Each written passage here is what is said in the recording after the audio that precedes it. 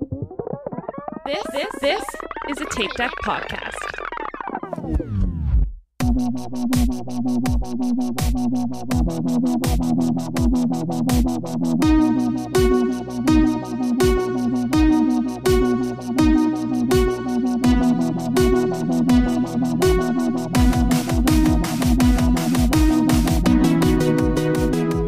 Hello, and welcome back to Will Run For. This is your host, Tom, and with me, as always, are Aaron. Hello. Michael. Hello. And Diana. Hi. Where are we? Are we inside the Runner Studio right now? No, we're not inside the Runner Studio. We're not. Although, if you want to go there, 2 years ago yesterday was when we released our first Inside the Runner Studio with our friend Karate Chop. Oh, Person I karate, will lesson see. chop. I'll see karate in 2 weeks? 2.5 weeks? 2 weeks. 22 days. No, 12 days.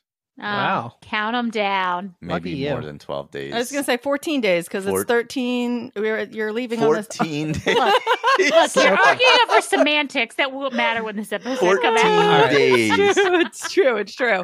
Yeah, but I said that means that we have done around 52 because we release them every other week, pretty much. We've done some doubles. We've done some not, so somewhere around there. 52 episodes, guys. Who That's knew amazing. we had 52 people who wanted to listen to our podcast? Who would have thought when we started this, guys? Who would have Not thought I. it? Not I. I always believed in us. Tom's always been our greatest cheerleader. He always is. He's everyone's greatest cheerleader. It's true. He's the one that keeps me going. It's been a month since we recorded. Wow. I know. And Has I it feel been? like the last time because we took some talked, time off. Yeah. Did we even do just Inside the Runner Studio? Did we just we do did. that and Yeah, not even a that's- full episode? Mm-hmm. Oh, Yep. that's right. Yeah. And it was That's like it was like a week, we were on the week vacation. of, and we were like, and I said, we just have to get through this. And then you guys don't have to hear from me for like 4.5 weeks.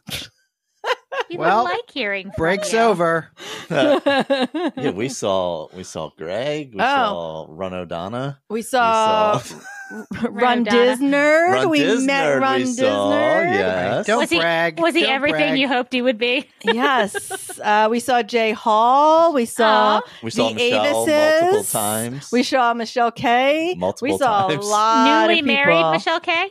We saw Yes. her right before and right after. the wedding. Literally, we saw her the Tuesday before she got married and the Saturday after because when we did labor pains. So we got to see her before and after. We saw Mel. Yeah, we have seen a lot of our listeners over the Frumpa. last. Saw Frumpa. Oh, that's true. Yeah. Oh my God. Oh, we saw Dave saw no one. Koch. We've Dave seen- Koch. Yeah, we've seen a lot of people. Well, Disney. I mean, come on. And Connor, his son, is like.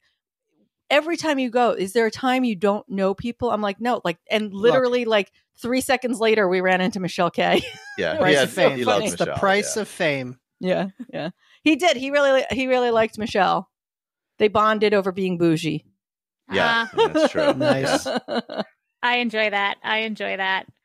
So yeah, it's been a while. What's been going on with you guys? Not too. I mean, it's been running, and we'll get into this when we talk about what we're running for. But we have a lot of races currently, and we're kind of right in the middle of it. Yeah. Nice. We had a pretty low key August to get Mm. ready for this fall that is about to be Insane. insane. Insane. Yeah. Insane. And we haven't seen anybody. Well, this We just are weekend, locals. this weekend we'll see you. That's true. Excited about that. We'll see some of the guys from Rise and Run podcast. Yes. Yep. Greg and Bob. Yeah, I don't know. What have we been up to? We went on vacation. Mhm. We were in Disney, and then we went to Universal. Velocicoaster is still the best ride in Orlando. Isn't it amazing? You feel like you're going to die every time you're on And it. It's that is amazing. why I don't ride it. Did you And that not is get why on I it don't at all? ride it. You still No. didn't get on? I also okay, so I mean, as we'll talk about at some point, I was in a boot and a wheelchair and had a leg brace on. So just in general, I was very low key on You were not going to go on Velocicoaster. I anyway. wasn't. I'm just saying that generally, I feel like you have to do it once. Like, if we're ever there together, I feel like I don't ever really want to ride it again because it's so scary, but I'll do it one time with you. I want to ride it right now. It's amazing. It's one of the best roller coasters I've ever been on. Yeah, you really feel like you're going to die every time you ride it. So Every time. long. Certainly, it's the smoothest one And I've been on. Yeah, not in like a jerky way, like where you feel like you're going to die, throw around, but like... Right. No, yeah, you don't feel like you're going to die, get sick. You feel like you're literally going to die. Yeah. Yeah. Well, I mean, I don't know. And then I'm afraid of motion sickness afterwards. No, it's no motion it's not a sickness motion on sick. It, yeah. It's not a motion sick. It's I a get motion legit, sick from I'm like going to die. Hagrid's though sometimes. No, I guess similar, yeah. I get motion sick in the car sometimes. Yeah. So I mean, oh gosh. and this was fine. He was actually surprisingly okay on Guardians of the Galaxy. Yeah. Because that's obviously the famous one where they had to put extra trash cans at their exit because people were vomiting so much Mm. I on don't that know one. if that's true or urban legend. I think it is true, at least according to all the Disney cast members. Wait. Are you talking about the new one? Yeah. It's supposed to be like people get real sick There's on it. a lot of screens, that's why. And like Donna, when we saw her, she showed us this picture of her picture of it on the ride, and her face is just so funny. But yeah, I mean, like, she just like has that like vomiting face. I'm a little nervous to do it. There's a lot of air movement. I will say, give it that. There is a ton of air blowing in your face the entire time. So to help with that. But there's just like certain parts where like, because of the screens, which Jen Hall, funnily enough, was like, there's no screens. And we're like, it's because you don't get motion sickness. So you don't even notice the screens, but it's all screens. Yeah. And so like, there's certain points where you're spinning and then you're spinning around some things and it's just like spinning. No, I've been a little old lady the last couple of years we've gone to Disney, and I will literally go to my doctor and tell them I'm going on a cruise, and I'll get a seasickness patch. Yeah.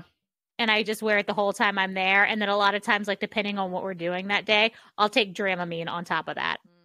And I used to do everything. Yeah. I used to do the one where you like stick to the wall. Yeah. Remember that one at like the carnival? Yeah, I did Great Adventure, like the Tasmanian Twist. I did too. Tom still does that. I used to too. I grew up next to Great Adventure, going on all of the rides, like Free Fall and like, you know, the twist things and like all like the dropping rides. Old ass kill body. Me. Yeah. I hate. I don't mind those. Tower of Terror. I hate the new Guardians of the Galaxy, whatever. I'll go on them. I don't avoid them, but the like, one that's over in Disneyland, you mean? Yeah, where they made the tower into Guardians, Yeah. right? Yeah. I just don't like. I hate the free falling situation. Oh my god, E.T. is so bad. So good, so Oh bad. my So God, bad, shut so your good mouth. though. You shut your mouth. When they go to his planet, animatronics are Yes. so it's amazing. Yeah. Oh my God, it's trippy. You can pry E.T. out of my cold, dead hands.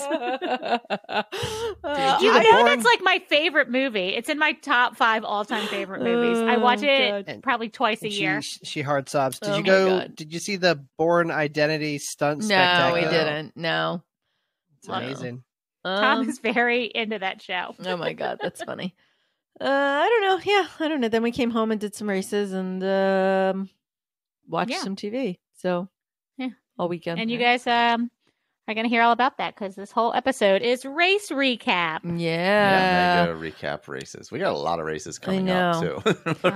Guys, I also it's going to be a racy podcast. Before we get into the reviews, because this has also come up during like what we're calling people on the reviews. I'd just like to have a quick conversation about how we are not professionals, and I don't know how to read Instagram handles. I've recently learned from my friend Nikki that we've pretty much never said her Instagram handle right ever. All right, look, much like Leah Michelle, I don't know how to read. Oh my god. And then I got somebody else who's like, you definitely are pronouncing my handle wrong. And I was like, well, since we're on Instagram and I'm still looking at your handle, I have no idea how to pronounce it. So we're just going to keep pronouncing it wrong. Unbelievable. But to Aaron's point, it is not intentional. It is not. We love you all. We see you. We hear you. It doesn't make us any less dumb. Nikki runs Diz because she changed it from Nikki Well Fit, which we also like to say fit well because apparently it's probably my fault. I have no idea. But we just don't say her name right. And now we're just going to call you Nikki because I'm giving up on the rest of it. I was probably thinking about Felicity Shagwell from Austin Powers. I don't think I've ever seen Austin Powers. I think that we called. Let's not go down that rabbit hole. That's not. At one point, I think that's I a called landmine we got to jump over. A cat, a Kate. I don't know. We're just we do what we do, and we're sorry. We really are. We love you. If we say your name wrong and you want to tell us how to say it, maybe send one of those pronunciation keys. Also, Melanie says that because I at this point have just started calling her Baltimorean because I don't pronounce the hun. You don't. I know, because it's just like the way I talk. Like even if I say it quickly. What are you eating, a hoagie? I just say it too quickly, so it just comes out Baltimorean. More hun. So I've got to enunciate the hun. Yes. Which actually, Melanie and Frumpa had a nice little moment where they were like, "Oh, I'm Frumpa. Oh, I'm Baltimorean." And it was like, "Oh," because we only know each other from Instagram handles. And she was like, "Oh, it's so nice to meet you, Frumpa."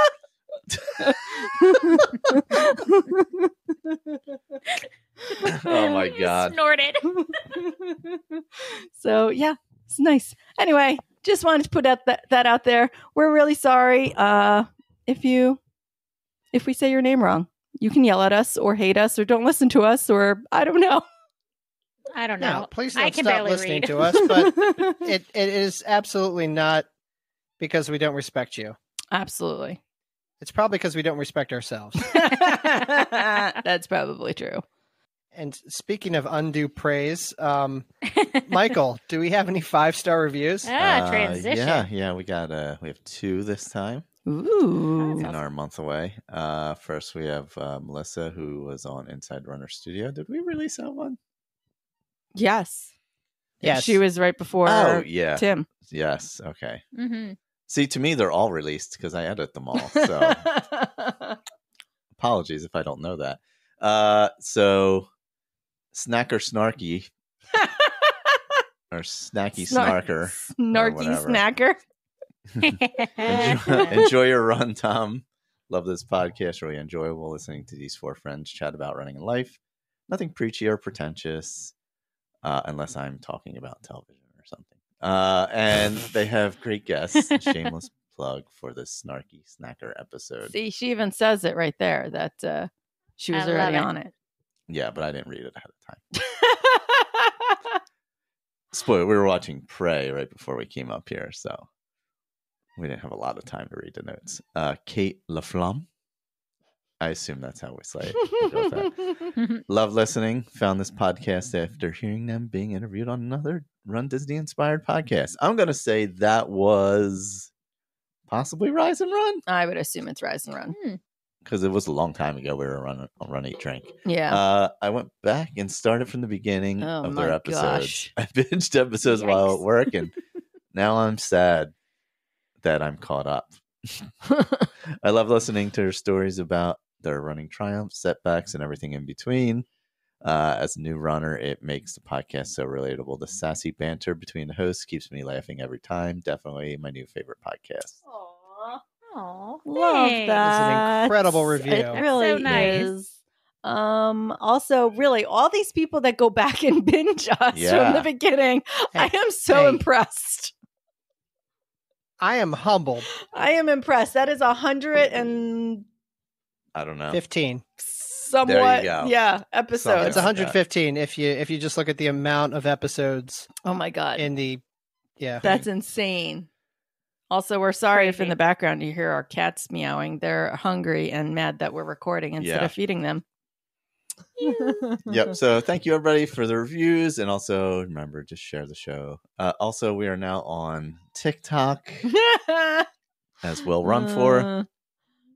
I just found this out when... Are we really on TikTok? Yes, I just found this really out. On TikTok. Yes, I just found this out the other day when he posted a reel, and I was like, wait, why does that say TikTok? Because we have a Can TikTok. we do a corn video? Yeah, it's all corn.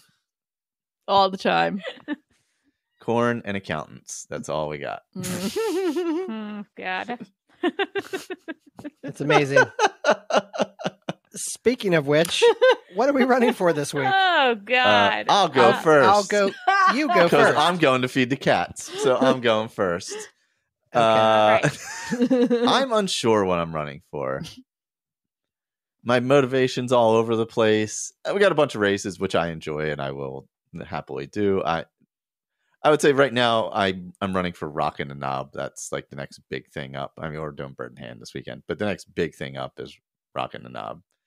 Yeah, that's actually shocking to me, Michael, because you have been like so in the zone. Yeah, like, I feel like all summer. Is it because it's starting to get like fall-y, wintry outside, and you've got like the pre-winter? I don't know. Fall is real. Actually, I've always struggled in fall because of allergies. My fall allergies are way, way worse than even spring and summer. Yeah. Oh, bizarre. Like my throat swells up and everything. Yeah, your allergies are bad no matter the time of year, but like, yeah, fall allergies. Fall gets me hard. Yeah. So I like it's taken me out a few times, but I don't know. It's just like I still am happy to keep training as I have been. I feel good about where that's all. He misses running with me. Oh, we're not talking about that this episode. I have a theory though. It's true. Everyone that we know, a lot of people that we know, are running a lot now, and it's kind of a second job, and it's only going to get worse from here to the end of the year. So, like, Jesus, it is. No, it's Captain Positivity. What I'm saying, no, it's not a negative thing. It's just gonna get worse, guys. It's just gonna get down. It's gonna be a love-hate. It's gonna be a love-hate relationship with running at the moment. Yeah. I think right now with races, I think what's throwing me is I can't really be consistent because with races I got to take like the labor pain, so I had to take like 2-3 days off after that because it's a long race, and then I'm still kind of in between with Rockin' the Knob coming up, so I can't like do a ton of running before Rockin' the Knob because that's such a hard race. So I got to kind of ease into you've that. Sort of blocked yourself, right? Because you're like, I'm going to do these 3-week blocks, or this week I'm going to do this mileage. Yeah. Then the next week I'm going to do high elevation, and then the next week I'm going to ease back. And so you've sort of been doing these blocks, and now you're sort of like in between. Yeah, now I'm just kind of coasting off of it and doing big efforts at the races, and then everything else is I'm kind of tapering in between everything essentially, or resting in between everything. So I don't know. It's I think it's just what's throwing me off, and it's dark in the morning now and blah, blah, blah, and all that kind of crap. But yeah. And we're not running together at all. So there's like no, every run is alone. So. Aww. Everybody hurts. Yeah. It'll get better. What misery are you about to thrust upon us? Nothing. God. I can't wait to hear it when I edit. I'm running because we're in the middle of a 4-week block of races where we have at least a 10-miler on one day of the weekend. Yeah. Oh yeah, because you guys did the Charles Street 12 or the Annapolis 10, then the Charles Street 12. Now you have Bird in Hand, and then you have Rockin' the Knob. So you have like yeah. I don't have Rockin' the Knob. and then 1 week, and then the Army 10-miler, and then not much until Philadelphia, but like we're gonna start dopey training, like from a half marathon point, right? So those miles are going to be there, and they're going to be during the week. So like we're in the thick of it. Yep. Into the thick of it. I I'm in a really good mental headspace right now. Yeah, you are. She really is. Well, you're PRing every race that you run right now, too. To be honest, it's off-putting. Your positivity is off-putting. I'm feeling like really good, and I'm telling you, it's because I'm technically not dopey training yet. Are you still not dopey training? Like another, no, not until like the week of the 17th. Oh, okay. So technically, we're just hanging out. Oh my God. I can't believe that's working for you. It's exhausting. If this is just hanging out, it's exhausting. It's so great. So yeah, I'm actually in a really good mental space. I ordered a new running vest. I'm really excited. Which one did you go with? To try that on. I got a Nathan, kind of like the one you have, a little different. All the ones I wanted did not come in black, so I got this like insanely lime green one. Oh, that might be the same. That might be the one of the ones that I have. Is it the It's yes, I have that one. Just picked I have it. I have it. It is. It's the new. It's the new one that's not after the Vapor How. Pinnacle. Yes, the Pinnacle. Yes. Yep. So I got the Pinnacle. Thanks, everyone. Sent me lots of suggestions. I was looking at them all. I did not want something with straps on the side because I have fat arms and I run with my arms really close to me. So it's a combination of fat arms and how I run. So I wanted fabric. It's partly why I recommend that vest to like everyone. Because Snarky Snacker got that vest, and then her friend Sarah got that vest also. Because it's like cut, it's like that fabric that's on the side there is like a soft, like the whole jacket's just super soft. So that one is the updated version of the Vapor How, which I also have. I have that exact vest that you have in that color.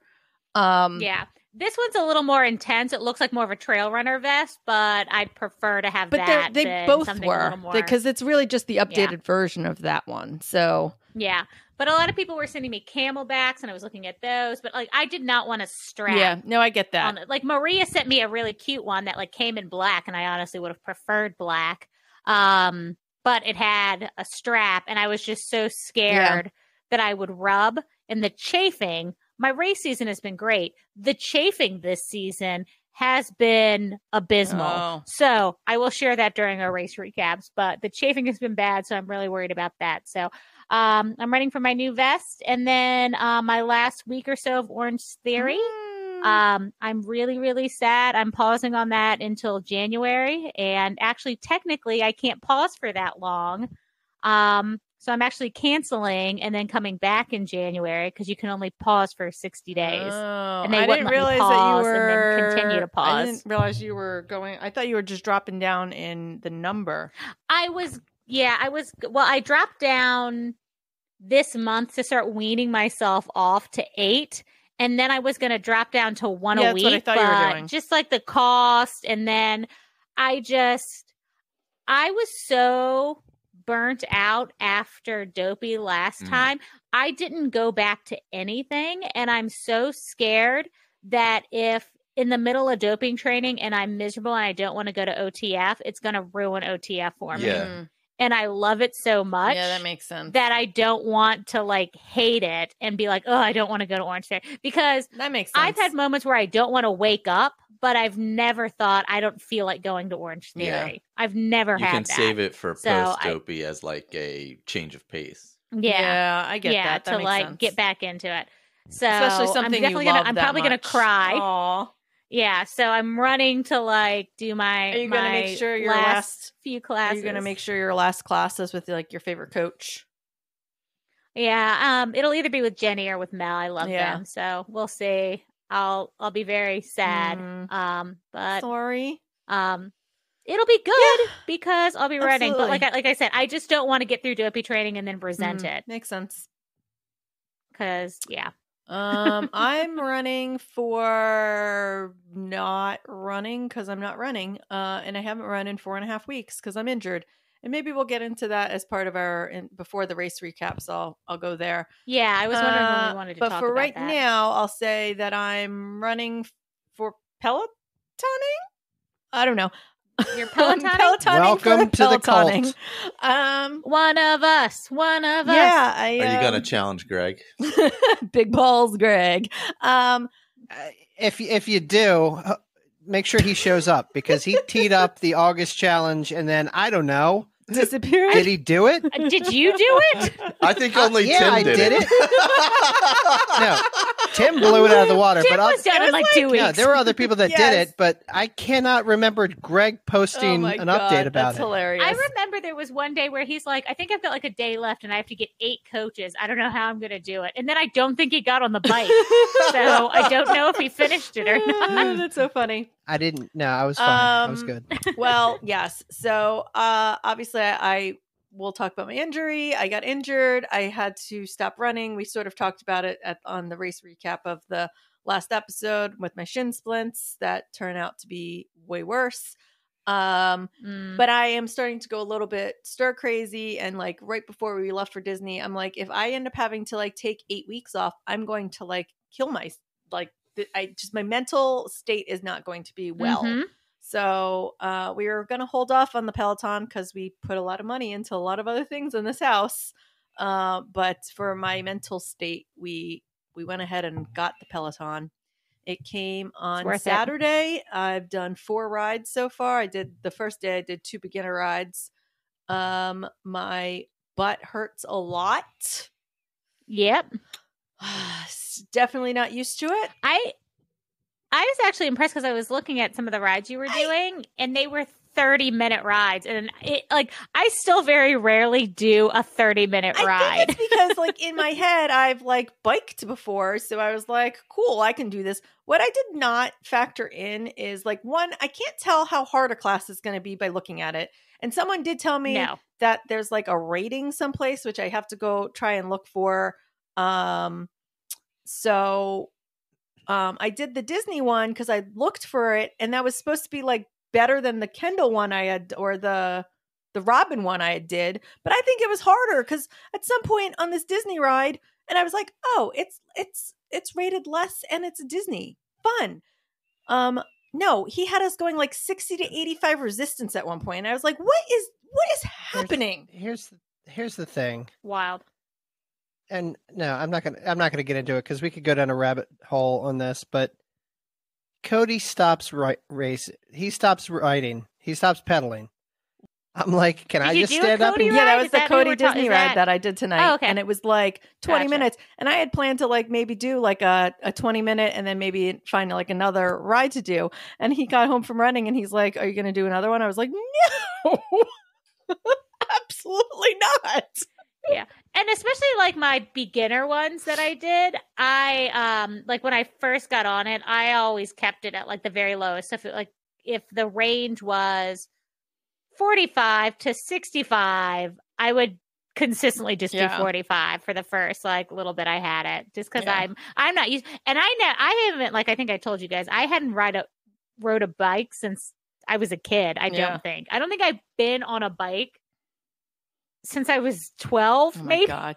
Yeah, I mean, I don't know. I guess in my head it was going to be easier because I've done road bikes, but it's like the resistance is like way hard. Like they crank it up. Even on the beginner ride I did with Kendall, it was like, I don't know, why are we going like at a 50 resistance in a beginner ride? What is happening here?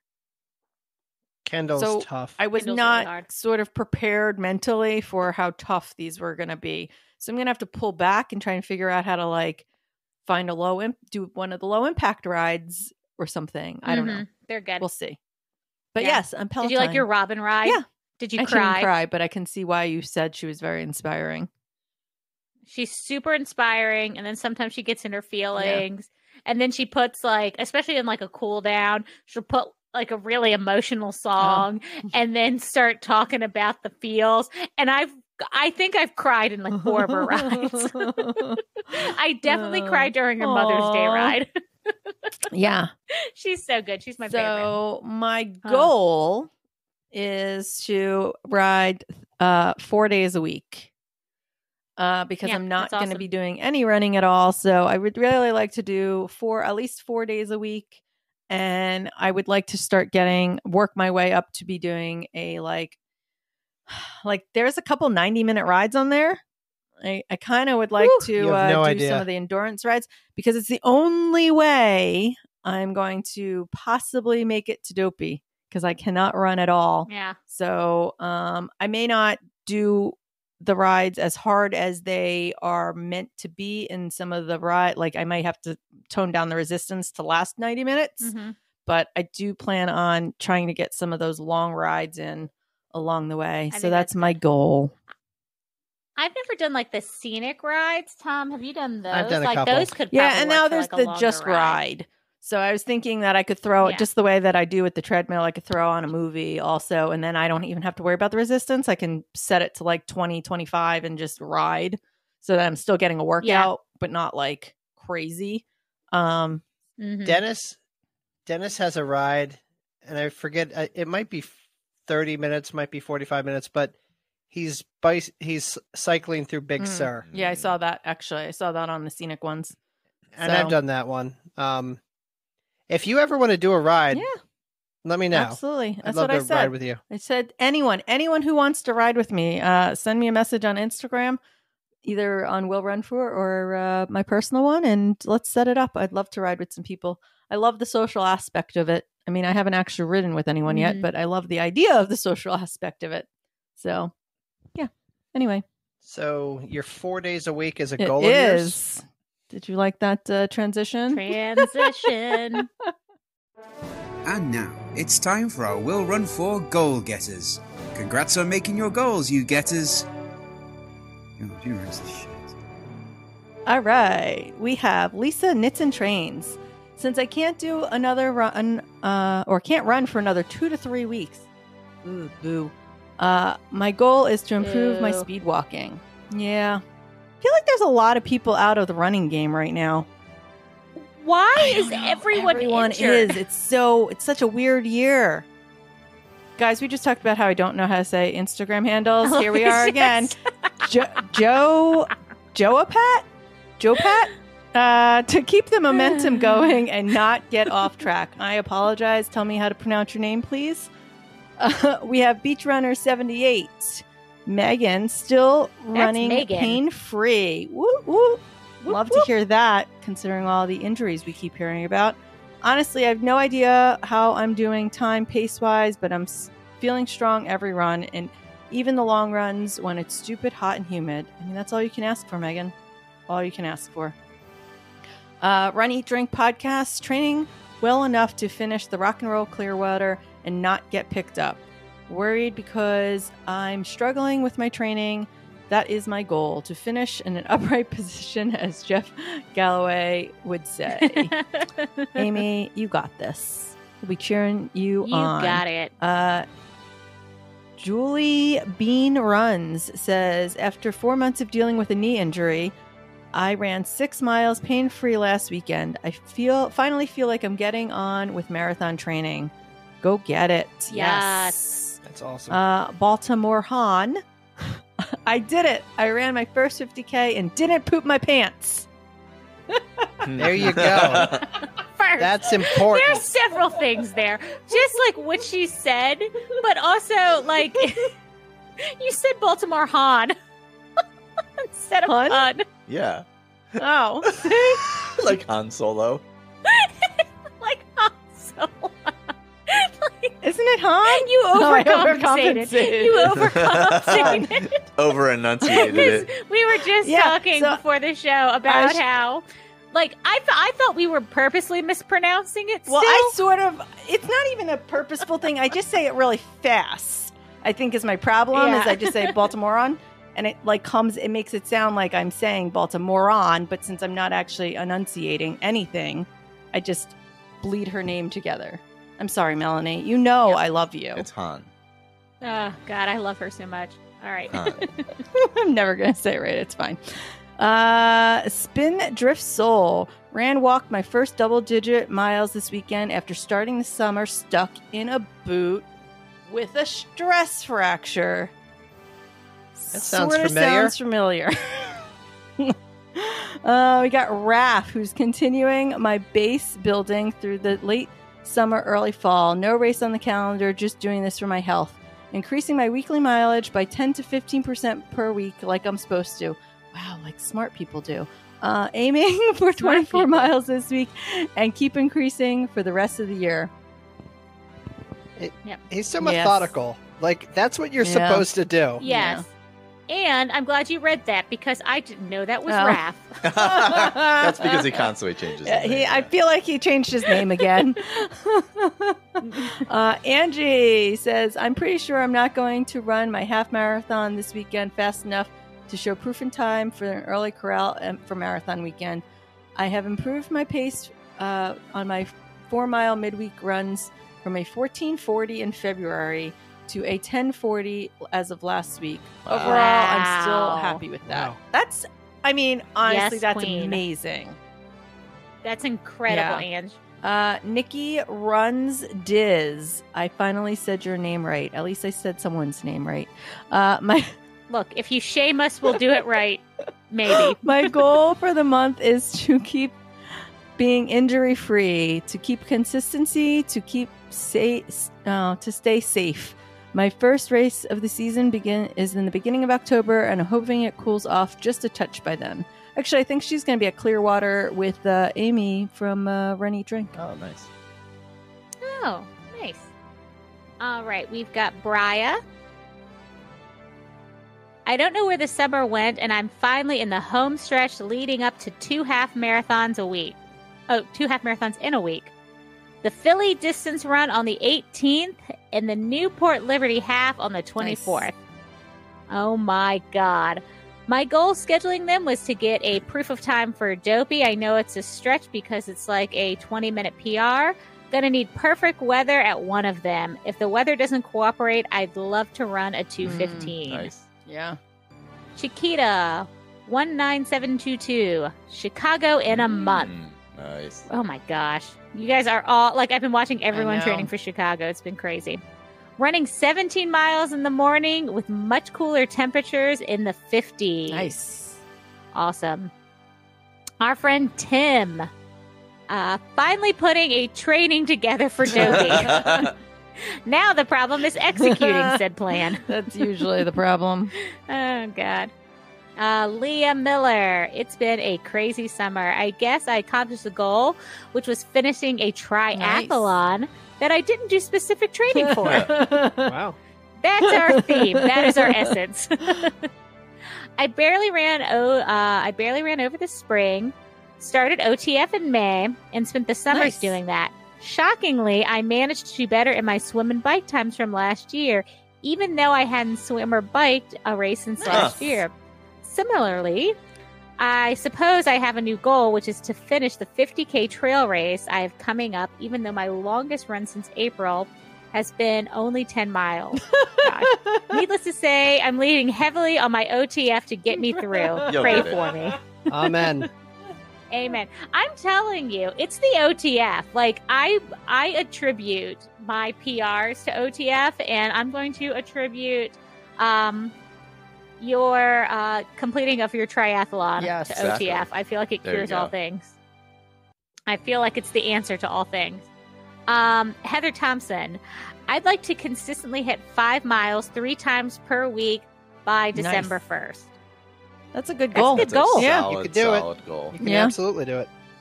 See, Tom, that should be like a goal you set. like that normal... is like a smart goal. Specific, measurable. My training, my corporate trainer hat coming out. All right. All right.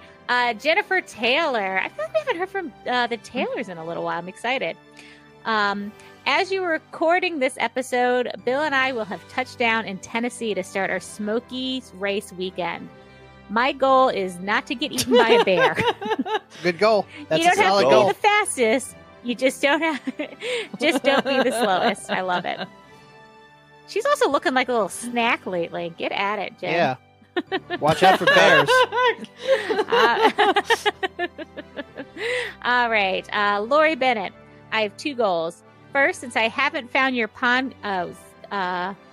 Lori Bennett. I have 2 goals. first, since I found your podcast through the Rise and Run podcast, I went back to the beginning and listened to all the episodes except 12, which I plan to finish in the next Do I 2 have to weeks. look and see what... Oh my gosh, a goal of us. Not except episode 12, except 12 of the episodes. Yes. I was like, what the hell did episode. we talk about in episode 12 that was so off-putting? She's like, I'm not even listening to this. This is crap. Oh, God. She says, great podcast. Goal 2 is to run the London Marathon in April in less than 5 hours. Whew. I joined Jeff Galloway's customized training, and I'm actively working towards that goal. Look, Very people have cool. a plan. Very cool. And then our friend Snarky Snacker to shut us down. The goal is not to injure myself in the last 30 days before the Chicago Marathon. Very solid goal. All right. Fingers crossed. It looks like people are like getting their stuff together for the fall. Yeah.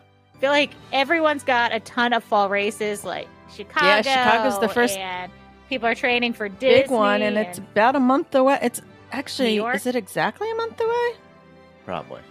Yeah, it's tomorrow. As of tomorrow, it will be 1 month away from when we're recording this. So, yeah, we're about to hit the thick of fall race season. Everyone's got something going on. I mean, you're doing like 4 races a week, 5 races in 6 weeks. So, I mean, yeah. Look, I like to do supported training runs as smart. Part of my program. So whenever possible, especially if it's like a local inexpensive race, I will almost always sign up for that. So I don't have to just run by myself on the same place. And for the listeners that are listening that skip around in some of our older episodes, because I got a message from someone telling me that they were going to be at the Philadelphia Marathon because they had listened to an episode where we talked that we were going to run the marathon. So they must have been listening to an older episode because Diana at one point had talked about how she was thinking about running the... Look, I panicked. We will only be doing the half marathon. Diana and Tom will only be doing the half marathon. And then we'll be looking to set up a Will Run for cheer station for the actual marathon, which we will probably talk about in the next couple weeks because that's actually kind of sneakily coming up quickly. Yeah. So that we can announce kind of where we'll be on the race course. And we'll put it on our Instagram. Yeah. Also, in our destinations race thing, Michael and I talked like 800 times about how we were entering the Big Sur Marathon. We totally didn't. What? Wait, this is literally the first I'm hearing this. Yeah. Did you forget No, to it was register? actually while we were away. And like I knew it was going to be while we were away. And we talked about it and we were like, Connor wants to go to Norway. We're not sure we're going to go to Norway, but we are going to try and make a trip out of the country next year. And so we've got to kind of make some decisions on, travel and how we're going to travel. And we just decided that next year is not the year for that. So we're going to pull back on that, even though I don't know. It's like one of those cursed races for me anyway.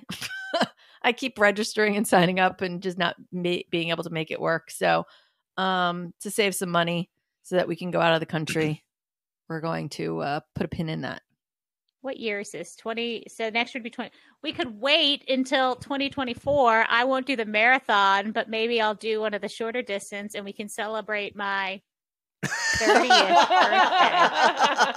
birthday. Here's the thing. Diana's really bad at math. Because that's the year I turned 30. That'd be fun, actually. That'd be a good destination race. And they've got the weird distances, like, right, the 21 miler, the 11 miler. Yeah, so it'd be fun. Mm-hmm. Yeah. Think about it. Think about that. I'd say you want to do at least the 21. Yeah, to get more of the coast. Yeah. Yeah. Mm-hmm. I mean, it's all beautiful, though. I think Jennifer Taylor did that. Yeah, I think they did, yeah. Mm-hmm. Any other updates that we wanted to give people? Well, maybe not the people, but before we get into the race recaps, since we've kind of talked about it, obviously, last episode we talked about how when I ran, I had the shin splint issue. It turns out that I have a stress fracture. Wah, wah. Wah, wah. Officially diagnosed, been put in a boot for, I don't know, however long. I haven't figured that out yet. I went yesterday to the emergency ortho because my sports medicine doctor didn't have an appointment until like September 26th. So to avoid that, they have like the emergency ortho, so you can go. I got an x-ray, which on the x-ray, they said it absolutely shows that it's definitely a stress fracture. There's calcification of the bone, which is what that indicates. I have to go get an MRI to 100% confirm it, but even my sports medicine guy called and said, yeah, that's what it is. So I'm in a boot. I'll get the MRI next week, and then I will see him next Friday, because by going to the emergency ortho, what that afforded me was the woman internally texted my doctor and said, hey, I have your patient here. And he's like, okay, book her for next week. So I got moved up from the 26th to next Friday. So before we head to jump the line, rocking the knob, I will find out for sure what's going on. And hopefully when I see him, I'll at least get a timeline. So I still don't have a timeline on my return to running. But it's been 5 weeks since I've run, and I suspect it'll be 8 to 10 total. Wow. It's been 5 weeks. Well, because I guess you walked that distance one you guys did. Yeah. And that's probably what made it as bad as it was. So, I have a lot of regrets, but I mean, there's nothing I can do about it. And so, because yesterday I sat in my car and I cried a lot. Well, I mean, sometimes you need to cry. That's 100% fine. So sometimes you have to let it out because it sucks. I know. I'm trying not to cry right now. Yeah, I feel like I keep like starting to come back and then get set back, and it's been like a little hard. And then I get really mad because I was like, I should have made this appointment before I left for vacation because I knew it wasn't great. Like, there's just all these things that like I should have done, but I know that there's no point. So I just need to pick myself up and Peloton my way to Dopey. There it is. Yep, you can do it. That's the plan. You can do it. So, well, and actually, my friend Nicole, she wasn't injured, but she just did a ton of Pelotoning and wasn't running, and was running kind of long distances for races and stuff that we were all doing, and was fine. And she's like, oh, I think it's the Peloton. So it does, I think, help. I think that, and I think that a few people I know have sent me messages that are like, hey, I trained for Dopey in 2019 or 2018, like where I did like 50% of my miles on the bike. And I've gotten advice where like, if you're supposed to run for like, say, your 4 miles and it would take you 40 minutes, just double your time on the bike. I don't know if I'll ever get to like that where I'm doing that much biking, but I would like to get some of the really long rides in, like the 90-minute rides, and maybe even get up to a 2-hour ride. But I don't know. We'll take it as it comes. Well, yeah, and don't overdo it. Like, I know you're stressed right now, but like, be easy on yourself. Like, you deserve to be easy on yourself. It's nothing, it's just your body. It's tired. I don't know. We're all tired. I know. And honestly, while the break is really mentally hard because I find running to be like that outlet that I also like for my mental health. I also think some like downtime to heal my body was what it needed. So taking 4.5 weeks off from anything wasn't necessarily bad for me. I think that, it kind of my body needed a reset anyway. So, and I'm not going to pick up my Peloton miles too quickly. Like I said, I'm going to try and keep my rides a little shorter for all of September. I'll do like 20 and 30-minute rides 4-ish times a week. And then in October, figure out what I'm going to do next. But figuring October will also be a heavy bike before I can return to running in November. And so do you think it was caused by like overuse and ramping up too much? Or can you like pinpoint like an event where you're like, I twisted 100%.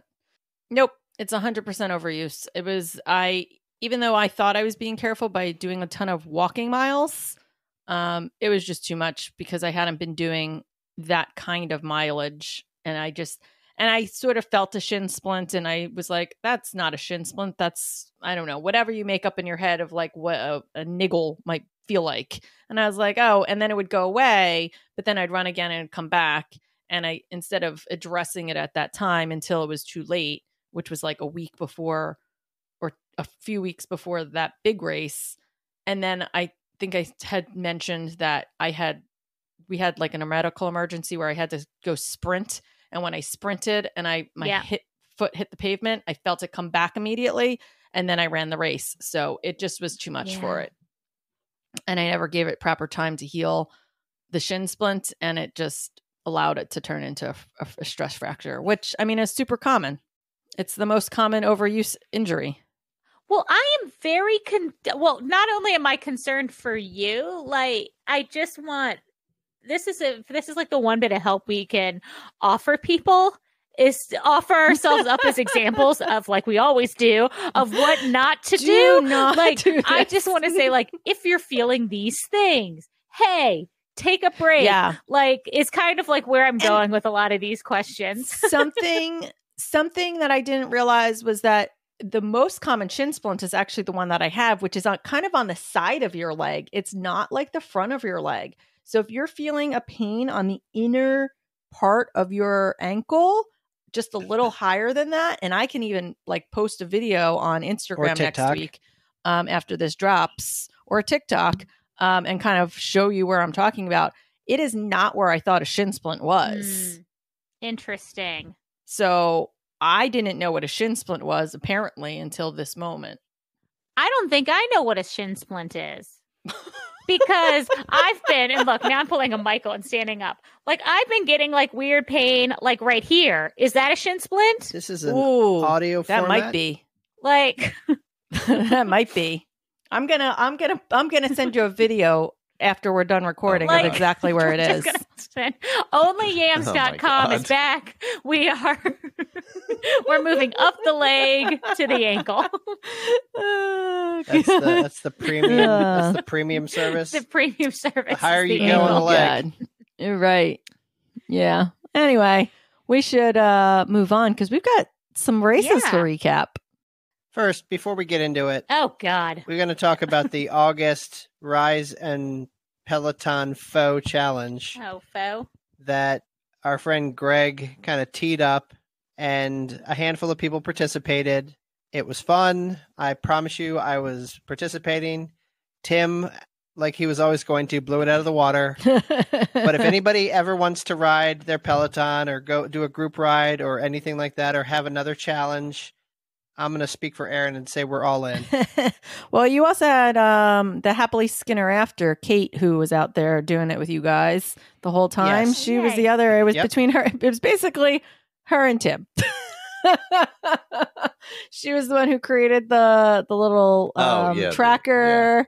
So that was Tim and Kate. Congratulations on completing. Congratulations. I think timing of that is really was a little off on our part, just because everyone is like in the middle of training for their fall races. Yeah. So if they had to pick, like, I have to spend some time on the bike or I have to run. Yeah. So maybe you guys do it again January in the winter. or like when February. everyone's like trapped inside. Yeah.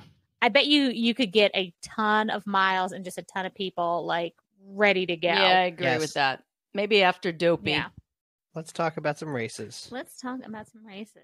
Well, why don't you guys talk about the Annapolis one first, since that was the first one on the schedule? Yeah. Oh my God. So here's the thing. Diana had run it before. I'd never run it. It's a 10-miler in Annapolis. It's incredibly hilly. It was actually really, really nice race conditions because it was sort of overcast. I think it was a little humid, but it wasn't terrible. It could have been much worse. Yeah. But that morning, we had dropped Archie off the night before.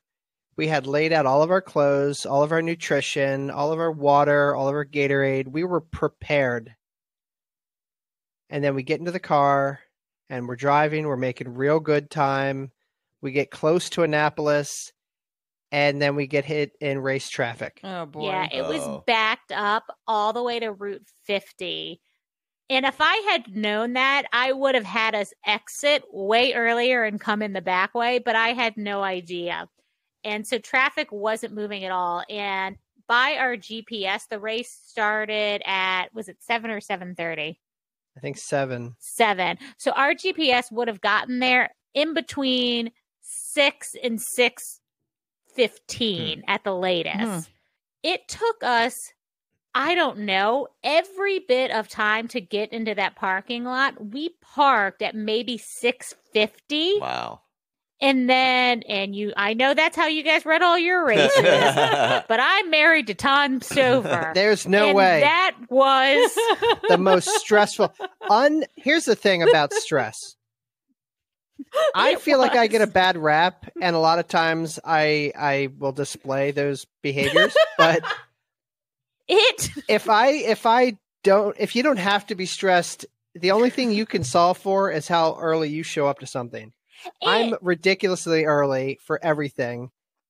And I've run it before, and I don't remember that being a problem last time I ran it. And I don't think I got there any earlier. That's so weird. So I don't know why it was so bad, and it was bad. And at one point, I was going to have him just get out of the car and walk to the start. And I was like, I'll park. That's okay. Everything that could go wrong did go wrong. Tom is still eating goose for some god-awful reason when it's 9,000 degrees outside. Don't shame me. So That's then he had process. like a chocolate goo that he opened that he was going to take because he was stressed. And he's like, well, let me take this in the car instead of the corral. And then opened it and for some reason like just kept it in his heady, like sweaty, stressed out hand. And then he had goo all over his shorts, like chocolate goo. And then he's like having a meltdown. Everything, it was like Tom's worst nightmare. And I'm just sitting in the car, just staring forward, trying not to make a sound. Here's the thing.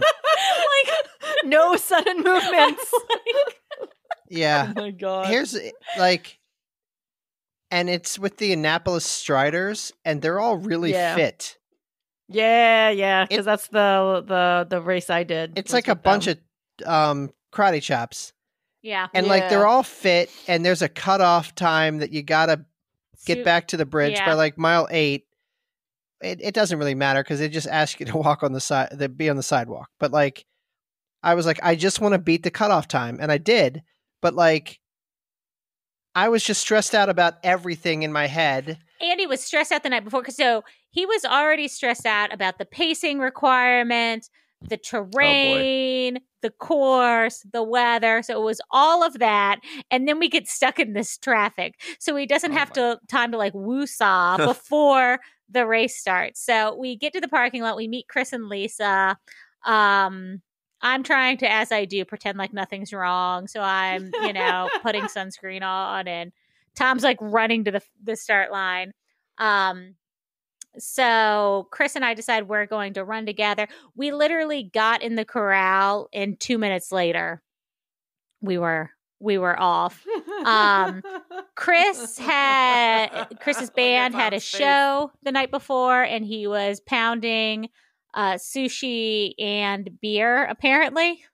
I think he said White Claws. Sushi and White Claws the night before a race. So we're running, and he's, we're staying kind of where we want to be. I'm doing my intervals, and about mile 3, he's like, I don't think I've got it in me today. He's like, I think I'm going to walk over the first little bridge. So then I was like, I feel great. It was humid, and they did make an announcement. It was 73 degrees and humid at the start of the race at 7 a.m. So they did make an announcement that was, hey, it's really hot. It's humid. Do not try for a PR. Don't push yourself. But I felt great. And just kept my intervals. And then when I stopped running with him, I put my, my headphones on, and I just got in the zone. It's beautiful. I wasn't worried about the pace requirement this time. So you start at the Naval Academy, and then you run down Main Street in Annapolis, and then cut over by the Naval Academy itself, and then over the Naval Academy Bridge and up through the rich people's neighborhoods. And they all have, their sprinklers on and all that goodness. Yeah, it was a great race. And it was beautiful. And because I wasn't stressed this time, and I told you the same thing happened with Frederick, because I had such a miserable time the first time I did Frederick. I didn't even notice how pretty and nice it was. I noticed how pretty and nice this race was because I didn't feel miserable. It was challenging There were it was a lot of hills. I pushed myself. I tried to run as much as possible up the hill, but if I couldn't, I made sure I run a little extra after, but I did my intervals the entire time and had a really good race. I was pushing myself a lot at the end for the last, I don't know, mile or so. So when I crossed the finish line, I felt definitely overexerted, which I usually don't feel at the end of a race because I never push myself. Yeah. And then I chugged my water and thought I was going to vomit. And I had to like sit down. Oh my gosh. Well, that's good. It really is. Yeah. So I And was you like PR'd? in the zone and I PR'd for a 10 The miler. race or a 10 miler? For a 10 miler. So Nice. it was, now I have to think about it. Like, I don't have my numbers like right in front of me. But it was really significant over, it was like 2.5 minutes off my pace from last time I did this race. And it was like a 5-minute PR from other 10 milers. But Nice. I've never done like a Considering the nice 10 course. miler. Like the only 10 milers I've done are this one, which is terrible, and then the Baltimore one, which may be worse. So, well, you've done Cherry Blossom. Oh yeah, Cherry Blossom. That's right. I was Which is pretty faster flat. here than Cherry Blossom, I think. Yeah. How did your actual run go, Tom? It was okay. It was fine. Like, I mean, I definitely prepared for it. I knew I could do the distance. I had done 2 9-milers and a 10-miler leading up to that. So, like, I was trained up to the distance. Yeah, that was the one thing we did this time was actually train for it. We did. Shocking. I'm slow. I got to figure this out. I'm just slow and heavy and trudging through. I mean, I can do the distance, but man, I gotta really cross train and get some speed work going on a consistent basis. Like that's my Achilles heel right now. Like I'm not worried about bird in hand, but y'all are going to be waiting. And I might die. I might die I'm rocking the going to be knob. waiting the whole time. I'm no just matter saying. what, because I'm just saying. But yeah, but no, I was fine with my pace because it has, even though it's slow, it has been coming down. Yeah. Consistently. And like that's the thing that you have to like give yourself credit for too, is like, you know, it's not about like, am I slow? Like it's you against you. And if you're being consistent and your paces are going to show that. Yep.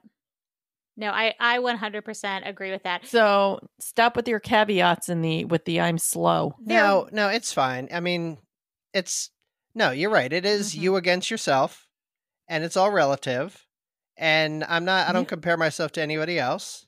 You know, like if I want to die at the end of the race, that's what I really care about. So, and I didn't, and I was fine. I've actually gotten a little bit more comfortable with being dead at the end of a race, which is why I think my times have gone down a little bit because gotcha. I'm very much, I think for a long time, and I was actually just talking to my friend Kimberly about this, I didn't really push myself. And if my legs started to feel a little lethargic, I would really pull back. And now I'm more likely to like push through a little bit more, especially towards like the end of a race. So I'm more willing to kind of blow myself out at the end of the race than I used to be, kind of depending on I like think you're stronger, right? You have something in the tank at the end of the race. Yeah. And your muscles aren't just completely blown out. And that's probably it. There was a moment though that I went into a panic. I was at the end of the race and I was talking to Chris and I was talking to our friend Ken, who's doing insane mileage and getting ready to do an Ironman. And there was a medical emergency. Like all of a sudden over the loudspeaker, they were like, we need medics to the finish line. And we were waiting for Tom. So I had a freak out and I like sprinted. Oh my God. Because I was like, it's Tom. I was fine. It wasn't Tom. It wasn't Tom. It was not Tom. But I was like freaking out because the first time he did his first half marathon in Disneyland at the end of the race, he looked so miserable and just I wouldn't say injured, but ill. He looked bad. Like the medics made him go over to the side and sit down. Like they wouldn't let him go. Oh my God. So I was like, it happened again. It happened again. Oh no. Oh my God. And then so funny. he came through like 10 minutes later just smiling. That's fine. He was fine. But no, that's a beautiful race. It's a good one. I don't know if I'll do it every year or even again, but it's a challenging race. Yep. Should we talk about the other one? Yeah. So yeah, that was weekend. on, what was that, a Saturday? Sunday. So Army 10 miler was on a Saturday. The following Sunday, Annapolis. last Sunday, we did the Charles Street 12 miler, which I think was the 5th time I've done it. And you've done it more than me, right? It's the 7th time I've done it. It's like my favorite race. So that one starts out in Towson, Maryland, and basically runs down Charles Street into downtown Baltimore. And multiple times on this race, because you're basically on Charles Street the entire time, and you start higher than you finish, elevation-wise.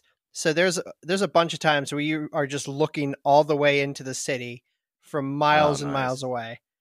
Oh, that sounds really pretty. It starts where all the colleges are and all like Johns Hopkins and all of these schools, and then it runs through some really rich neighborhoods, and then it runs through some really poor neighborhoods, like right outside of the city before you get into downtown. So you see every part of that city on one street. They actually changed the course this year because you used to run through Towson University. And they changed it up a little bit, and everyone was complaining because it was a little more hilly than usually at the beginning. Is it just one street? I mean, is it like Broad Street where you just run down one street? You start slightly off, so you do, I think, like 2, maybe 3-ish miles before you actually get onto Charles, and then you run straight down Charles. Yeah. Okay, so it's a one direction race though, like Broad Street is. Yeah. So what's the logistics of that then? You go to the finish and then you get bussed to the start. Yeah. So the finish line is at the Under Armour campus down in Locust Point. Mm-hmm. Is that technically Locust Point? Yep. In Baltimore. They do a big after party there, but you have to be on the buses. I think they start running at like 5:30. We got on one around 6. Race started at 7:30. They bus you up there. Yeah, it's one of those things where like Annapolis stressed me out, partially because I'd never done it, right? I cheered for Diana and I drove her the last time, but like I'd never participated in it. Doing this race, even though the logistics were more complicated because of the busing and all that kind of stuff, and I still was very confident. Like I didn't care. Like we'd done this race before, so there is something to be said for when you repeat races. Like you know what you get more comfortable. Yeah, absolutely. Absolutely. Yeah, and I think that helps with not only like how you're feeling, but how you kind of tackle the course. And I've never been one of those runners. I know more professional, better runners than I am. Like, look at the course a lot before. They kind of study it and they know like elevations and here there's going to be. I never do that. I go into blind almost every race I go into. So I mean, I will sometimes look at a course, but I definitely don't study a course. Yeah, so I never know when anything's happened. But this one I'm so comfortable with. I know like, oh, after this it'll be mostly downhill or it'll be this way. And it feels like, even though there's hills throughout, it does feel that overall it's a downhill. I don't know why I love this race so much. I think it's a good distance. I think it's unique. There's always after party a huge looked group. Like really fun too. Like it looked like there was like barbecue like pulled pork sandwiches and like there was like hot vats of like hot food and like all kinds of stuff when I was looking at video. I don't know whether it was on yours or whether it was on, is it Charm City Run that does this one? Yeah. Yep. It may have been on Charm City Run's Instagram stories. I saw it someplace where they were like distributing food and then all the beer, and it was just like a ton. Like it looked like they have great a band after party all that fun stuff. Like, it's just one of our favorites. We were really slacking with the social media for both of our runs. I thought you guys did pretty good. What are you talking about? Yeah, I felt like, I don't know. I felt like we could have done more. So, I don't know. And I think we always just do it with like our kind of main group of friends. There's always like a ton of people we know. Like half of our running group does it. So it's a big social run. I ran with Nicole, and I got another PR, just a baby one, just like 2 or 3 minutes, but it counts. A baby one. No, all PRs are PRs. It could have been like 1 second, Diana, and it still would have been a PR. Yeah, and I always love running with Nicole because she's like a little faster than I am.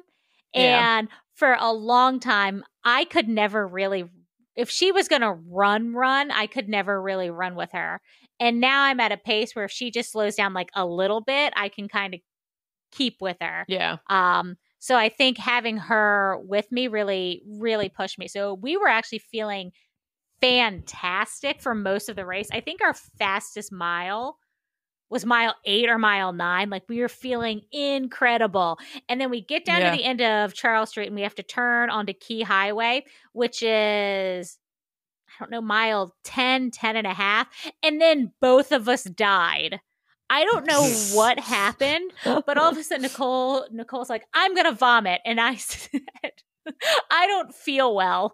And we both just like, she was sick. I was like tired, like my legs didn't want to work anymore. So our whole thing was like, all right, we just got to keep with our intervals. So we kind of slugged it out for the last like mile and a half. But still tried to keep that pace up. And she is stupid competitive. And I don't have that really bone in my body anywhere. So I wasn't sort of talked about. Yeah, I don't feel like quite as bad as her. So I was still going. And I knew she felt like trash, but I was still going. So it was kind of pushing her, which was slightly pushing me. Not in like a competitive way for me, but I was like, oh, Nicole's moving. Like, I'm going to get moving again. But she's like, Diana, I wanted to beat you. Oh my God. That's so funny. But yeah, I don't know like what happened. Both of us died, but we actually said to each other, that was the furthest distance we've ran since Space Coast. So since November. Oh, wow. That's like, since we're like last November. And you could tell we hadn't run more than 10 miles since that, because as soon as we hit like 10 and a half, our bodies were like, what is this? What are you doing? You're supposed to be stopping now. Oh, that's funny. So, so hopefully when we do 13 this weekend. But yeah, I felt great. I love that race. Tom, you ran with Nikki for a little bit, and then I don't know if you guys stayed together for a lot or. Just in the beginning, and then I just had my headphones in, and I just got into my intervals, and I was just going. Like, again, because we'd done it so many times, I could break up the race into different segments. And I really relied on there's a lot of long downhills. Yeah. So, I don't know. It was good. It was a good race. I definitely improved my pace from the 10-miler. Right now, it's just about maintaining and making sure that each of these races is successful. Like when we do Bird in Hand this weekend, like I'm just focused on that now, you know? Yeah. But we are treating these as supported training runs because it's so much easier when you don't have to carry a million things and there's people cheering and there's distractions, you know? But no, the race went really well, I think. Yeah, absolutely. So it was good for us. Ryan also ran with us. He had a fantastic race. He hasn't really ran or trained, and he wanted to do it in 2 hours, and I think he did that. So, yeah, it was good. It was good race conditions, I think. Yeah. It usually rains, so it was nice because it wasn't raining. It wasn't rainy, yeah. Yeah. What day was that? That was on the Saturday of Labor Day? Yeah, Saturday of Labor Day. Yeah, because it was the day before Labor Pains. Yeah. Because you guys did social media that day, and then we did it the next. Yeah. Yeah, because I got home and then went to the pool. I'll tell you what was awesome. I've been off soda, like regular soda, for like 2 months or so now. Oh, wow. And I had an ice cold Coca-Cola Classic at the finish. Man, that was fantastic. Yeah. Nicole It's actually and I, one of Michael's favorite things. Do you do it That flat? ice Doesn't cold. someone do it flat? Jen Hall doesn't flat, doesn't she? Yeah, during the race, I'll do it flat. Yeah. Yeah. Yeah. But like afterwards, I want it cold. Oh, yeah. Yeah. And, oh, yeah. Nicole and I were giant babies at the finish line as well. So we came through feeling like garbage. So when we collapsed onto the ground and then made Ryan like go get us stuff, we were like, go get us a Coke. That's funny. It was awful. He hated us. So I also chafed in new and interesting places all weekend. So Annapolis 10 miler, I've decided I need all new running bras because I literally chafed full circle around my Oh my bra God. line. Like Wow. full, like 360 Oh my God. around my bra line during the Annapolis 10 miler. Holy cow. And I only kind of felt it at the front because I did have Pocket Squirrel's nut butter, which I think once you've sweat so much, it's useless. But I did at one point stick it down my shirt and get there. And then when I took my top off, I realized I was chafed all the way around. That was miserable. So I was just covered in just diaper rash cream for all week. Which Oh my really God. works. And then I'm telling you, everyone says Aquaphor. Aquaphor is greasy and it rubs off on your clothes. The diaper rash cream will stay on your body. Then the next week I was like, okay, I got to make sure. I made Tom like get me all over with the body glide so I wouldn't chafe anywhere. And then I forgot that I'm bigger than I normally am right now. And I usually just get in on my little back fat rolls before a run. Forgot to do that before the 12 miler. I literally chafed so bad in my fat roll. I lifted up my arm to show Tom and he went, Jesus, the skin is broken. Oh my God. Oh. Oh no. So I am not at an ideal running weight right now. Simply for the excessive chafing that is happening right now. So Oh, that's God. my goal, is to get into a place where I'm not so chafy. Ugh. it's a good goal. So those were our races. Yep. You guys also ran a race on Labor Day weekend, the day after us, right? We Well, did not run one a of you, race. half of you. I cheered race. I'll give you my race recap. I got there. I started drinking beer at 9 a.m. I drank another beer at like 10:30 a.m. Then I drank another beer at like Hell yeah. 1 p.m. And then I stopped drinking because I was pretty sure I was going to have to drive Michael home. Or I think I had 4. Wasn't sure if I was going to have to drive, so I had to stop. That was and I hung out with Frumpa the whole time. I love And it. I hate cheeseburgers and grilled cheeses. And that's about my race recap. I love it. And you met a dog named Archie. I did. That's true. I don't know how he wasn't part of my race recap. I puppy sat for Archie the dog, Michelle K's cute little corgi, who was adorable. He looked friendlier than our Archie. Our Archie is actually hearing his name, and he's giving us a side eye right now. He's like, what are you talking about? That's funny. Yeah. Michael, how was your race? Mine started off pretty typical, where I left all my nutrition at home. So there is that. Oh, God. Which, not really a big deal at Labor Pains. It's a 5-mile loop, and they have a grade 8 station. Oh, yeah. So, like, Fantastic. I wasn't like super, worried about it. So, yeah, it's a 5-mile trail loop. Not as hilly as last year. More runnable. Basically, the first 2.5 plus miles slowly grind uphill. The next 2.5 go downhill. And then there's a super steep climb back to the aid station, like 100 feet straight up. Oh, lovely. And you have to climb over a guardrail and climb over some loose rocks and stuff Yeah. to get to the aid station. My God. I did hear it's a little bit of an easier course, though, because while that stuff was still there, they eliminated one of like the bigger hills. Yeah. There on was the one big hill was eliminated. There's no real steep climbs around the course except for that little climb back to the aid station. Physically imagine climbing over a guardrail after I'd been running for hours. Yeah, I think that was one of the harder parts. Like people kept having to help each other towards the end of the race last year because like they put a little step stool out. Yeah, but when you're like stool there, yeah. that tired, Yeah. it's hard. Yeah, and depending on how tall you are too. Yeah, which I'm short, so that also was part makes of it. More difficult. Yes, for sure. So yeah, we ran with Baltimore Hun, Melanie, and Michelle Kay. Kurt was there from Pineland Striders. Steven, also Striders. Trying to think who else. Jeremy, Melanie's husband, ran 20 miles. Oh yeah, he ended up actually for absolutely no real reason. Yeah, paced her. He paced her for 20 miles.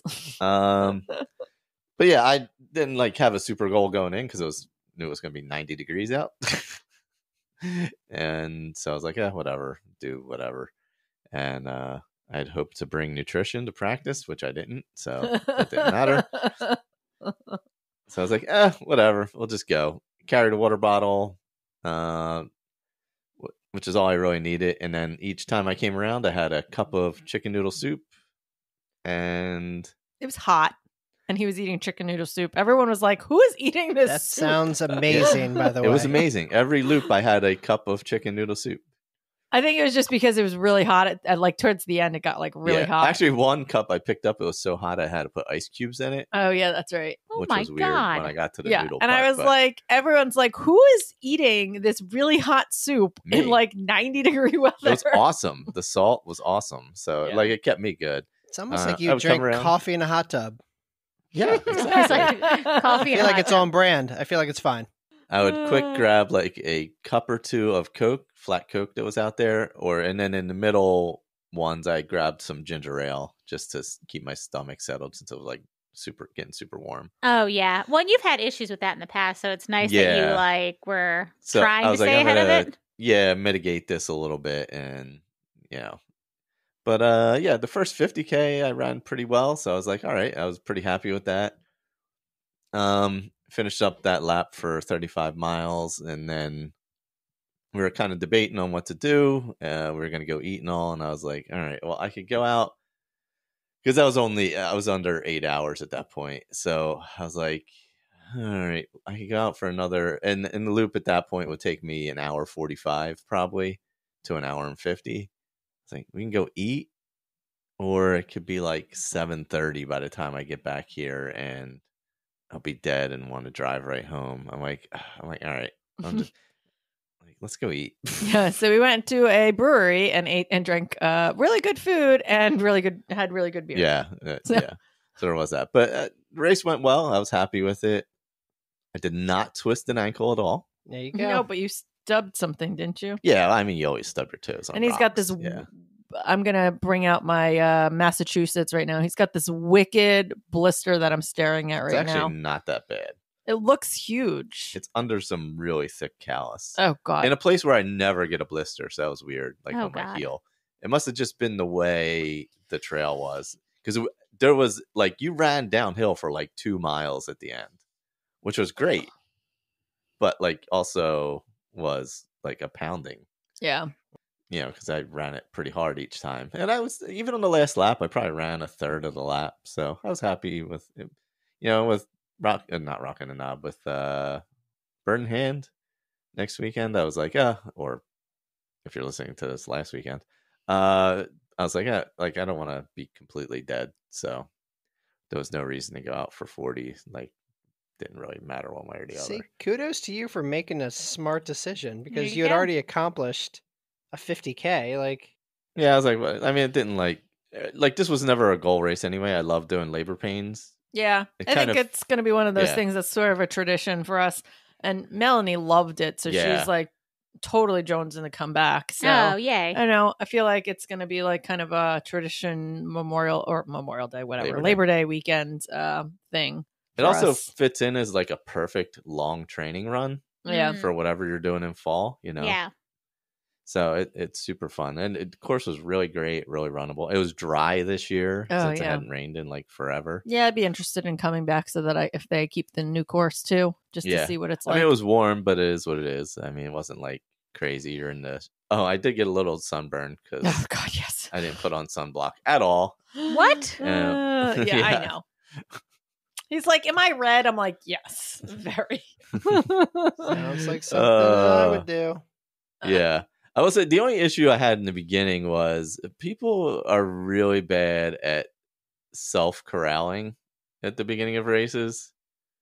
Especially long distance ones like that, when you know you're not going to be like, if you know you're not going to be blowing it out, like, and you're not looking to be in the top, like, you know, half of the crowd, or if you, I don't know, it's difficult because. Well, the issue with this race is, so basically the first quarter to half a mile are on a road, and then it goes immediately to single track.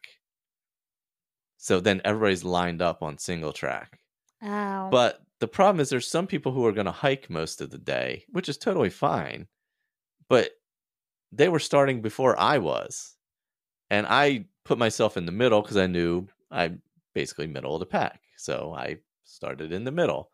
But then there were some people in front of me who were like afraid of rocks, who were like literally just hiking the whole time. Well, as soon as you hit the single, there was a line of, at one point, 20 people I had to pass. Oh. And I'm not even fast. And I'm like, which you is shouldn't be different where you on are. like a trail run when like you can't get around people. Like There's on a road race, like, I mean, it's annoying, but like there's space. Yeah, for but you to have to the road side. to get around. Yeah. Like literally, this is, once you get off the road, it's almost all single track. And it's pretty tight. I mean, there is some double wide trail. But also, like, it's not just clean on the side either. You can't just run around them because it could be like jagged rocks or a tree or, you know, it's like a little, people need to, that's like that's like a pet peeve though. Like you kind of be a little self-aware of what you're going to do for the day and what your plan is. Mm-hmm. And if your plan is to hike, that's great. Like absolutely go do it. But then start towards the back so that you're not creating a traffic jam. Yeah. On the trail, you know. Yeah. So I did expend a little too much energy the first lap just trying to get to a comfortable place running, because it went out. I got stuck really slow the first mile, and I'm like, whoa. I'm like, I can't like be stuck here or I'm never getting back. Yeah. So I had to kind of work my way around a bunch of people and expend more energy than I really wanted. But it's such a fun race. It's you know, everybody sets up tents, hangs out. Yeah, it looked just like a good blast. environment. Yeah. Just as we're saying that, shout out to Pretzel City Sports, who Just they have great a job. ton of races that they time. So when you go to their website, they time like just almost all the PA local trail stuff. But then they race direct quite a number of them themselves. But Ron Horn, who is in his 70s, he's just a great guy. He's a gentleman. He's been doing it a long time. He actually had a heart attack a few weeks before the race, then had open heart surgery the Monday before the race. And so there was a lot of scrambling to make sure this race went off exactly the way that Ron would do it. So really shout out to Pretzel City Sports. They did a stellar job. Mm-hmm. The race director and coordinator who was working, Diane, she stopped and talked to us a couple times. She was really sweet, really nice woman. Asked us what we thought of it, and I told her again that, you know, they do it just like, I mean, all of our race director friends, everyone we know, everyone puts on spectacular races, but this race also, you know, another one that they have it at a pavilion. It's at this place where they actually they have a full bar where they serve alcoholic beverages because of the venue that they have. So they're like pouring draft German beers all day. They've got like a great like grill team who's pumping out grilled cheeses and hot dogs and hamburgers, and for $20 you buy a pacer bib and you can eat all you want from the aid station. I mean, it's just, they do a stellar job.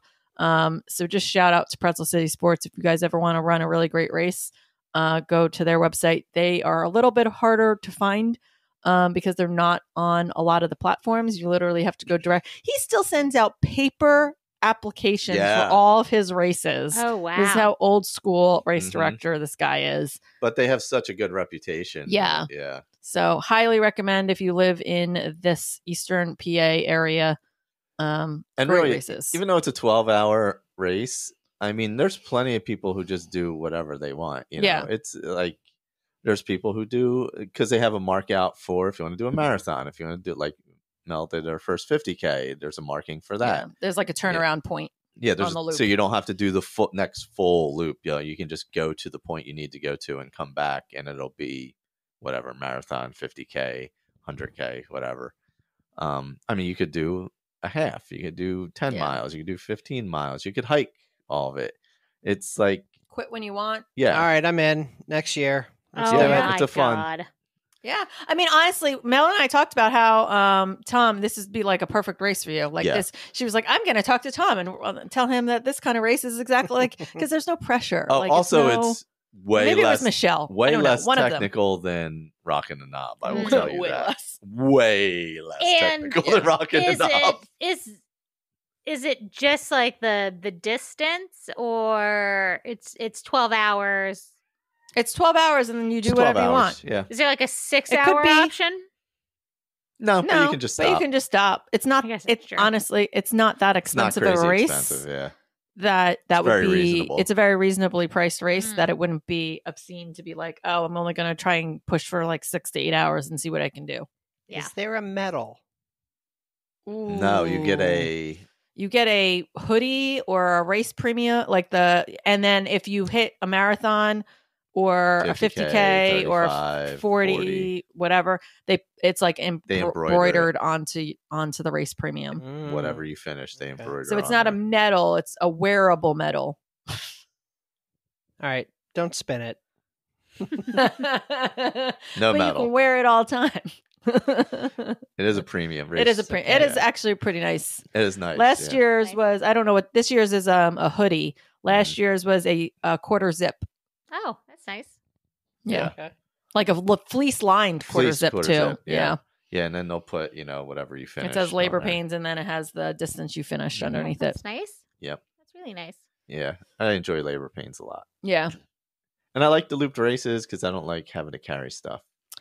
And it's a really great race to cheer because of that too. Like if anybody just wants to come hang out next year you see too, your people, you see like, your people every hour and a half. I don't know. It's just really fun. And like I said, there's a buyable beer right there. So yeah, really fun. Really great race. Would it be weird if I came to cheer, brought a beach chair and a bathing suit and just tanned while people were running? No. Wouldn't be weird. It's Just my do it. final weekend of summer, and that's what I do. I go to the pool. No, because there's a field where people set up with their tents. Like we actually got a really great spot for our tent. Where we liked it. Other people like being on the end of the end of the loop. We liked where we were. Right as you come through, you check in through the start finish is underneath the pavilion.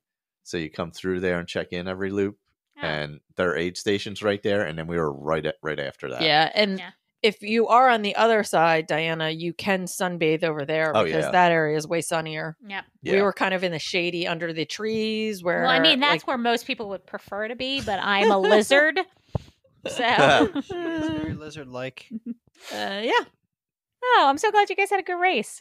And I got to spend all my whole day with Frumpa. I was shocked that he texted me and asked what was going on, if we were doing labor pain still. He was like, I'm thinking about coming cheering and spending the day. I was like, well, since I'm not running, I'll be there the whole day. And he's like, oh, I'll come. So he literally showed up right as the race started, and we went to dinner with him. So he was there for the whole time. Oh, that's awesome. It's very cool. Yay, Frumpa. So, anything else on labor pains? Yep. No, I think that's it. Next up, Bird in Hand, we're all at.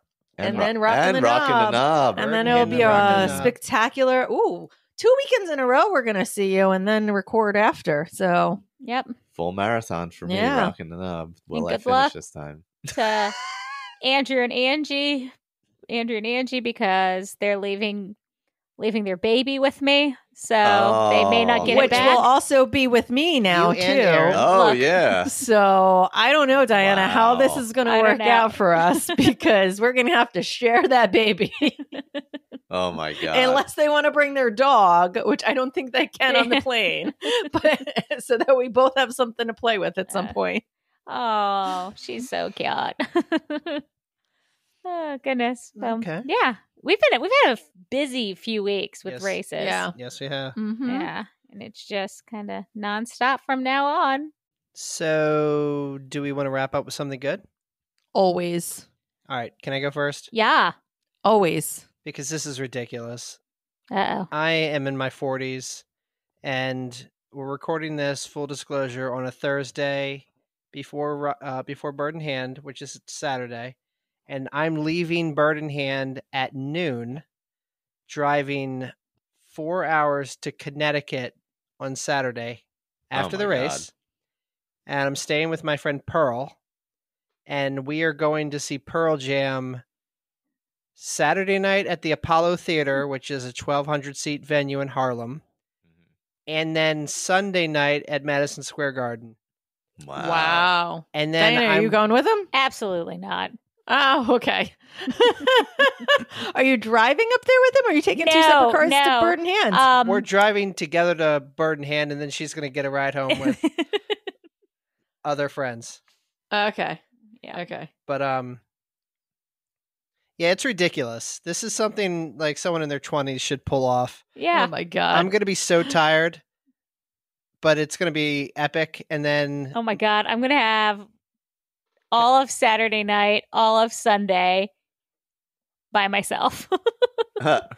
Is that great or what? So great. Oh, it's the best. And then Monday morning, I'm going to get up and drive, I don't know, 4 or 5 hours home and go right to work. Nice. Yay. So I apologize if you you follow really do me sound on like a social 20-year-old. I apologize if you follow me on social media. I'm going to blow it out. Sure you are. Oh my god.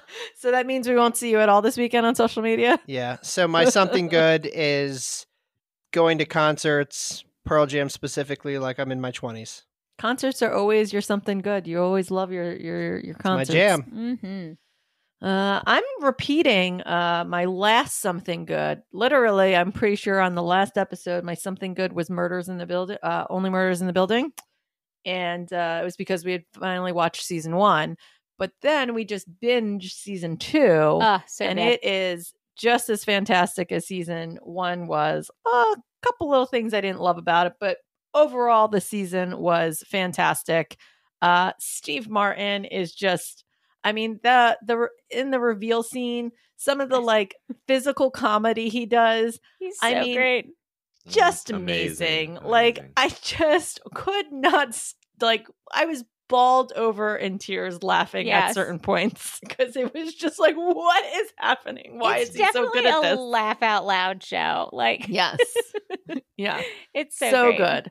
And I love that they still brought back some characters from season 1 and didn't just let some of that kind of go. So it was fantastic. Yeah. If you haven't watched Only Murders in the Building at all, I mean, it's a must. You have to. It's hilarious. In this season, there were a couple of moments that got, I wouldn't say like scary, but like suspenseful when she's like hiding from that guy. Yeah. Oh my God, he's going to get her. Yeah, no, I agree. Yeah, we waited until they were all out and then binged season 2. That's what we did. Yeah. That's why we didn't watch it last time, even though it had been out. The season 2 had already started, and we were actually just waiting for the last couple episodes to drop, and then we were going to watch it on vacation and never got around to it. So this weekend on Monday, when we were doing absolutely nothing, we just binged it. Yeah. It's a fast watch too. It's like a real easy, and each episode's so good that you're like, I want to watch the next one. So it's definitely highly recommend as a bingeable show. It's really hard to get away from because I think, did we watch it in 2 days? We might have had to watch it in 2 days. No, did we? I can't remember. It was quick. I think maybe it was just one day because we didn't want to stop. I think we watched it on like a Sunday. Yeah. And that's all we did. Yeah. Mm-hmm. Yeah, it's so quick. Good. Oh, yay! Everyone should watch that. Absolutely. My something good is She-Hulk on Disney Plus. A couple of reasons. You guys know I just love a sitcom. It's my preferred television medium. So it's a half hour, almost like an Ally McBeal is really what it's like. Oh, that makes sense. Yeah. That's exactly what it's like. It's so fun. It's so funny. It's just so pro-woman and fantastic, and all the internet trolls are really mad about it, which I love. And then this past episode 3, they literally make fun of their trolls. Like, there's a scene where they have like fake comments, quote unquote fake comments, where and like guys like in their car like complaining that they're woman superheroes. It's so self-aware and great. My one criticism is her CGI is pretty bad. In certain scenes, she definitely looks like a Sims character, but everything else is fantastic. It's one of my favorite Disney Plus shows so far. I definitely say I like it more than some of the other ones, just because it's a comedy, so it definitely feels different than other Marvel shows. So yep. I'm enjoying it a lot. I have something bad first. Oh. We all agree on it. Nobody watched Jurassic Park Dominion. Oh my god! Here's the thing. We were just talking about this right before. It's not even so bad. It's good. It's just trash. No, it's really bad. It's an embarrassment. They should all be embarrassed. Like, here's the thing. He's so mad. I am disgusted. He's so mad. Here's the thing. Here's the thing about Jurassic Park. The very first one came out in amazing. 93, was it? Yeah, 93. Yep. And it still looks better than this one. The Velociraptor in that movie, they made it seem like it was other than the T-Rex, the apex predator that hunts in packs and is the most dangerous creature that has ever been alive. And then in this one, it's basically like a dog. Like a domesticated dog that can just reproduce on its own by itself. That you could just be like, "Hey, Blue, back off," and it's gonna be like, "All right, I'm out," and it just runs away. So like, bad. I promised I would bring the Blue's baby back. It was like we'd too many usually things. chat before we start recording, and Michael immediately started out with, "Oh my god, we watched the new Jurassic Park," and all of us in unison were like, "It was so bad," because I think we watched it all on the same night, just separately from each other, without knowing that we were doing it. It was very recent. We watched it maybe Monday night, like Labor Day night. Yeah. Oh god. Yeah. It should be erased from the canon, honestly. And the saddest part about it is that they brought everyone back from the first part of it. Yeah. So it's like, it makes it even worse because now, like, they ruined their legacy. They ruined, yes! They really did. The problem was when they stuck the 5 scripts into a blender to make the one movie. Yeah. They happened to be in the part that they threw up after they drank it. That was part of the problem too, because you have like whatever's going on over here, whatever, and eventually they all end up together. But you're like, that doesn't even make sense that they all ended up together. I don't understand what's happening right now. It was like 10 things happening. I didn't even know that happened because I fell asleep and didn't care. The scene where it reminded me of like them, like it kind of was like reminded me of Star Wars, and they like go to the cantina or like whatever. Yeah. Yes. Like, yes. We said the same thing.